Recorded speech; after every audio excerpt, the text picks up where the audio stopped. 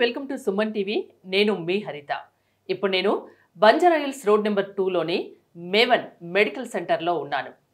అసలు ఫిస్టులా అంటే ఏంటి, రావడానికి కారణాలు ఏంటి, రాకుండా తీసుకోవాల్సిన జాగ్రత్తలు ఏంటి, ట్రీట్మెంట్ ఆప్షన్స్ ఏమున్నాయి ఇక్కడ, దీని గురించి తెలుసుకుందాం. నాతో పాటు ఉన్నారు senior consultant surgical specialist doctor Sanjeev Singh Yadav. Doctor గారు నమస్తే అండి. చాలా senior doctor, almost 40 years experience కదా. అవును. సో ఫిస్టులా గురించి ఇవాళ మనం మాట్లాడుకుందాం.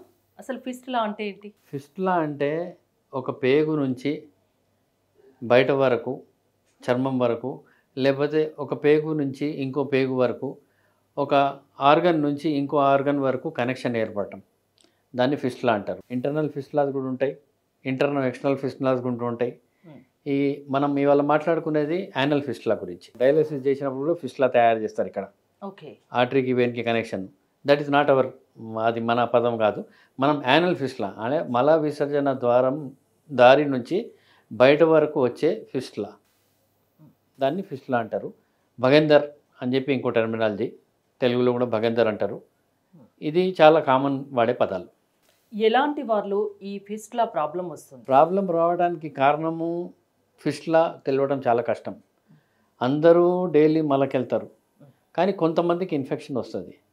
హైజీన్ అనొచ్చు, నీట్గా పెట్టుకోవటం అనొచ్చు, ఆహారం పద్ధతి సరిగా ఉండకపోవడం అనొచ్చు, మల విసర్జన బాగా గట్టిగా రావటం అనొచ్చు. ఇవన్నీ కారణాలు ఉన్నాయి ఫిస్టులా రావడానికి.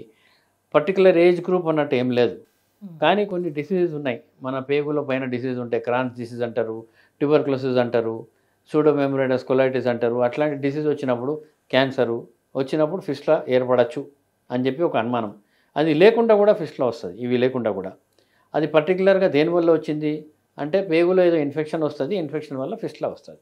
చాలా కామన్గా వాడేది. జనరల్గా ఎవరికైనా ఫిస్టులా ఉందని ఎవరికి వాళ్ళు తెలుసుకోవడం ఎలా? కామన్గా ఏమవుతుందంటే ఫిస్టులాలో మల విసర్జన ద్వారం దగ్గర చుట్టుపక్కల ఒక చిన్న కంతిలాగా, గడ్డలాగా, ఒక చీమగడ్డలాగా ఏర్పడుతుంది. అది ఏర్పడినప్పుడు మందులు తీసుకుంటాం, వెళ్ళిపోవచ్చు. కొంతమందికి పెద్దగా అయిపోయి ఆటోమేటిక్గా బస్ట్ అయిపోయి కొద్దిగా పస్ రావచ్చు, మళ్ళీ ఆగిపోతుంది. కొంతమంది డాక్టర్ గారి దగ్గర పోయినప్పుడు ఆ డాక్టర్ గారు చీమగడ్డ అని చెప్పి దాన్ని కోసి చీమంతా తీస్తారు, కొన్ని రోజులు డ్రెస్సింగ్ చేస్తారు, క్లోజ్ అయిపోతుంది. అయిపోయిన తర్వాత ఒక చిన్న రంధ్రంలాగా, చాలా చిన్నగా అంటే గుండె సూది ఎంత తల ఎట్లా ఉంటుందో అంత చిన్న రంధ్రంలాగా ఏర్పడుతుంది. అందులోకి వెళ్ళి స్టార్టింగ్ స్టేజెస్లో కొద్దిగా పస్ రావటం, ఆగిపోవటం, మళ్ళీ ఒక 1-2 months ఏం ఉండకపోవటం, మళ్ళీ 1-2 months తర్వాత మళ్ళీ ఆ కంతిలాగా తయారవటం, అది బస్ట్ అయిపోయి. ఇది ఎందుకు అవుతుందంటే పేగు లోపల నుంచి చర్మం వరకు ఒక ట్యూబ్ లాగా ఒక దారి ఏర్పడుతుంది, దాన్ని ఫిస్టులా అంటాం. ఇది మాటిమాటికి ఎందుకు వస్తుంది అంటే మన మల అక్కడ ఉన్నప్పుడు కొద్దిగా మల పీస్ దాంట్లో పోయినప్పుడు అది ఇన్ఫెక్షన్ అయి బయటికి వస్తుంది. ఇన్ఫెక్షన్ ఉన్నప్పుడు బ్యాక్టీరియా కూడా ఎక్కువ అయిపోతాయి, దానివల్ల కూడా ఎక్కువ వస్తుంది. కొన్ని రోజుల తర్వాత ఏమవుతుంది, కంటిన్యూస్ డైలీ పస్ లాగా, వాటర్ లాగా, అప్పుడప్పుడు రక్తము, వాసనతో పాటు, ఇది 100% ఫిస్టులా సూచనలు. అంటే ఫిస్టులలో కూడా గ్రేడ్స్, టైప్స్ ఉంటాయా? టైప్స్ ఉన్నాయి, కానీ కామన్ మనిషి కోసం హై యానల్ ఫిస్టులా, లో యానల్ ఫిస్టులా. మల విసర్జన దారి 2 విభాగం చేస్తే ఈ సగం నుంచి కిందికి వచ్చేది లో యానల్ ఫిస్టులా అంటారు, సగం నుంచి పైకి పోయి హై యానల్ ఫిస్టులా అంటారు. హై యానల్ ఫిస్టులాలో కాంప్లెక్స్ దారి అంటే 1, 2, 3 దారులు తయారు కావచ్చు. లో యానల్ ఫిస్టులాలో సింపుల్ దారి ఉంటుంది. ఇది ట్రీట్మెంట్కి చాలా ఈజీ ఉంటుంది ట్రీట్మెంట్ పరంగా, అంతే. కాంప్లికేషన్స్ దేంట్లో రావచ్చు. ఈ ఫిస్టులా వచ్చిన తర్వాత ఏమవుతుంది, బటక్స్ దగ్గర ఫ్యాట్ ఎక్కువ ఉంటుంది. ఆ ఫ్యాట్లో పస్సు, చీమగడ్డ తయారు కావచ్చు. ఆ చీమగడ్డ తయారైనప్పుడు దాన్ని తీసేసి దాన్ని డ్రెస్సింగ్ చేయాలా, ఈ ఫిస్టులా దారిని కూడా ట్రీట్మెంట్ ఇవ్వాలా. అందుకోసం కాంప్లికేటెడ్ ఉంటాయి ఫిస్టులా. ఎప్పుడైనా సన్న ఫిస్టులా మళ్ళీ చాలా రోజులు ఎక్కువ ఉంటే మల్టిపుల్ కాంప్లికేషన్స్ వచ్చే అవకాశం ఉంటుంది. చాలా మందికి ఈ పైల్స్కి, ఫిషర్స్కి, ఫిస్టులాకి 3 ఒకటే అనుకుంటారు, 3 పైల్సే అనుకుంటారు. ఈ పైల్స్కి, ఫిస్టులాకి ఏంటి డిఫరెన్స్ అసలు? పైల్స్ మల విసర్జన ద్వారం నుంచి ఒక గడ్డలాగా బయటికి రావటం, ఫిస్టులా దాని చుట్టుపక్కల ఉన్న చర్మం దగ్గర రంధ్రం లాగా రావటం, లేదంటే ఈ ద్వారం దగ్గర కూడా రావచ్చు, అక్కడ లోపల రావద్దని కాదు. ఫిస్టులాలో పస్, చీమతో పాటు వాటర్ డిశ్చార్జ్తో పాటు బ్లడ్ వస్తుంది. మొలలు పైల్స్లో పస్ రాదు. ఎలాంటి సిమ్టమ్స్ కనిపించినప్పుడు ఖచ్చితంగా మీలాంటి డాక్టర్ దగ్గరికి రావాలి? ఒక కంతి వచ్చి పగిలింది, మాటికి పగులుతుంది అంటే ఆ దారి ఎక్కడి నుంచి ఎక్కడికి వెళ్తుంది అది తెలుసుకోవాలా, చాలా ఇంపార్టెంట్. ఫిస్టులాలో చాలా రంధ్రాలు కూడా ఉండొచ్చు, బయట చూడటానికి 4-5 కూడా ఉండొచ్చు, లేకపోతే ఒకటి ఉండొచ్చు. లోపల మల్టిపుల్ దారి, అంటే ఇప్పుడు ఇక్కడ నుంచి మనం బేగంపేట పోవాలంటే పోవడానికి 4-5 రూట్స్ ఉన్నాయి. అలాంటి రూట్స్ తయారవుతాయి లోపల. ప్రాబ్లం ఏమవుతుందంటే అక్కడ కండరాలు ఉంటాయి, స్పింటర్ అంటారు దాన్ని. ఆ స్పింటర్ దాటుకుంటూ వస్తే దాని ఆపరేషన్ చేసే విధానం మారుతుంది. స్పింటర్ దాటకపోతే దాని ఆపరేషన్ చేసే విధానం మారుతుంది. ఈ కండరాలు మామూలు ఆపరేషన్లో కోసి చేయడం వల్ల మన కంట్రోల్ పోయే అవకాశం ఉంటుంది.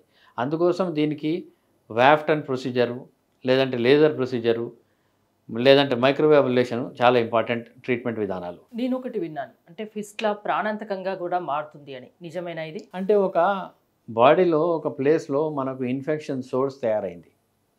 ఆ ఇన్ఫెక్షన్ అక్కడ వరకు ఉంటే బాగానే ఉంటుంది, కానీ అది రక్తంలోకి పోయి బాడీ మొత్తం సెప్టిక్ అయితే ప్రాణం పోయే అవకాశం ఉంటుంది. నెగ్లెక్ట్ చేయడం వల్ల నెగ్లెక్ట్ చేయడం వల్లనే, అంతే, ఇంకేం కారణం లేదు. ఫిస్టులాకి పర్మనెంట్ సొల్యూషన్ ఉందా? పర్మనెంట్ సొల్యూషన్ ఉంది. నేను స్టార్టింగ్లో ఎంఎస్ చేసినప్పుడు ఆపరేషన్తో పాటు కోసి పెద్ద రంధ్రం చేసి దాని డ్రెస్సింగ్ అన్నట్టు ఉంటుండే. కానీ ఇప్పుడు ఈ కొత్త విధానాలు, లేజర్, మైక్రోవేవ్, వ్యాఫ్ట్ ప్రొసీజర్ వల్ల అదే రంధ్రంలోకి వెళ్ళి దీన్ని ఆపరేషన్ చేయటం. అక్కడ మెయిన్ థింగ్ ఏంటంటే ఫిస్టులాలో ఈ ట్యూబ్ లాగా దారి ఉంది కదా, అందులో మనకు ఎట్లాగైతే నోడ్ లోపల సెల్స్ ఉంటాయి అలా సెల్స్ తయారవుతాయి. ఆ సెల్స్ కూడా వాటర్ లిక్విడ్ డిశ్చార్జ్ చేస్తాయి. ఆ సెల్స్ డిస్ట్రాయ్ చేయటం, ఆ లైనింగ్ డిస్ట్రాయ్ చేయటం చాలా ఇంపార్టెంట్. ఆ లైనింగ్ డిస్ట్రాయ్ చేయకపోతే ఫిస్టులా సర్జరీ ఫెయిలియర్. రెండో ఇంపార్టెంట్ ఏంటంటే పేగు లోపల ఏదైతే రంధ్రం ఉంది ఆ రంధ్రంని మూయాల. ఆ రంధ్రం అట్లానే వదిలిపెడితే ఇంకో దారి తీసే అవకాశం ఉంటుంది. సో దీనికి స్పెషలైజ్డ్ ఎక్విప్మెంట్ కావాలా, లోపల పోయి అది కరెక్ట్గా ఏ ప్లేస్లో ఉంది తెలుసుకోవడానికి ప్రాపర్ లైటింగ్ కావాలా, ఇన్స్ట్రుమెంటేషన్ కావాలా. అలాంటి సెంటర్లో చేస్తే మళ్ళీ తిరిగి వచ్చే అవకాశం చాలా. అలాంటి ఎక్విప్మెంట్స్ లేటెస్ట్ అన్నీ ఇక్కడ మేవన్ మెడికల్ సెంటర్లో ఉన్నాయా? మాది సెంట్రల్లో స్పెషాలిటీ పని ఇదే. అందుకోసం స్పెషాలిటీ హాస్పిటల్ ఉన్నప్పుడు మా దగ్గర అన్నీ మేము తెలుసుకోవాలా. మేము మాటికి కాన్ఫరెన్సెస్కి వెళ్తుంటాం. అక్కడ కొత్త ఏమైనా వస్తే అప్డేట్ అవుతుండే. ఖరీదు అన్నట్టు కాదు, ఇంపార్టెంట్. సర్వీసెస్ చాలా మెరుగైతే పేషెంట్ బెనిఫిట్ అవుతుంది. కాబట్టి ఈ అప్డేట్ లేకపోతే చాలా కష్టం. ఫిస్టులా కూడా అంటే సర్జరీ, లేజర్ 2 రకాలు చేస్తారా? అంటే ఓపెన్ సర్జరీ చాలా మటుకు నేను స్టాప్ చేసేసానండి. ఓపెన్ సర్జరీ ఎప్పుడు చేయాల్సి వస్తుంది, ఎప్పుడైతే ఒక చీమ గడ్డలాగా తయారైతే ఆ చీమ వేరే దారం నుంచి తీసి ఈ లేజర్ చేసి ఆ ఫిస్టులా దారి క్లోజ్ చేస్తాం. అది చేయకపోతే మాత్రం మళ్ళీ తిరిగి వచ్చే అవకాశం ఎక్కువ. 1 more టైం స్పెషాలిటీ సెంటర్లో చేయటం వల్ల ఎక్స్పీరియన్స్ బాగా ఎక్కువై పాజిటివ్ రిజల్ట్స్ ఎక్కువ వచ్చే అవకాశం ఎక్కువ ఉంటుంది. ఏదో నెలకు 2 ఆపరేషన్లు చేస్తే తప్పకుండా ప్రాబ్లమ్స్ వస్తాయి. రాకుండా తీసుకోవాల్సిన జాగ్రత్తలు, ఒకవేళ సర్జరీ అవుతే సర్జరీ తర్వాత తీసుకోవాల్సిన జాగ్రత్తల గురించి చెప్తారా? జాగ్రత్తలు, ఆపరేషన్ చేయడం నా వంతు. చప్పట్లు కొట్టాలంటే 2 చేతులు కావాలా. కొన్ని పథ్యాలు ఉంటాయి, కొన్ని మందులు ఉంటాయి. ఇవాళ ఆపరేషన్ చేయగానే నువ్వు రేపు మంచిగా అయిపోతామని ఆలోచన కూడా తీసేయాలా. కాంప్లికేటెడ్ డిసీజ్కి కొద్దిగా ఒక 2 weeks, 3 weeks, 5 weeks టైం కావాలా. మాటికి వచ్చి కన్సల్టేషన్ చేసుకోవాలా. అవసరం ఉన్నప్పుడు మందులు చేసుకోవాలా. 6 months వరకు మళ్ళీ తిరిగి వచ్చిందని చెప్పడానికి వీలు కాదు. బాగా పెద్ద చీమగడ్డ మళ్ళీ తిరిగి వస్తే చెప్పలేము, కానీ 6 months వరకు వెయిట్ చేయాలా. అప్పుడు దాని తర్వాత మళ్ళీ రిపీట్ ఎంఆర్ఐ కానీ రిపీట్ ఎండోయానల్ స్కానింగ్ కానీ చేస్తే అది ఎంతవరకు కూడిందా లేదా తెలుస్తుంది. సో మేవన్ మెడికల్ సెంటర్ సర్వీసెస్ ఏంటి? మేవన్ మెడికల్ సెంటర్లో మా దగ్గర 2 types ఆఫ్ సర్వీసెస్ ఉన్నాయి. ఒకటేమో యానల్ కెనాల్ డిసీజ్, మల విసర్జన ద్వారం దారిలో ఉన్న ప్రాబ్లమ్స్ ట్రీట్ చేయటం.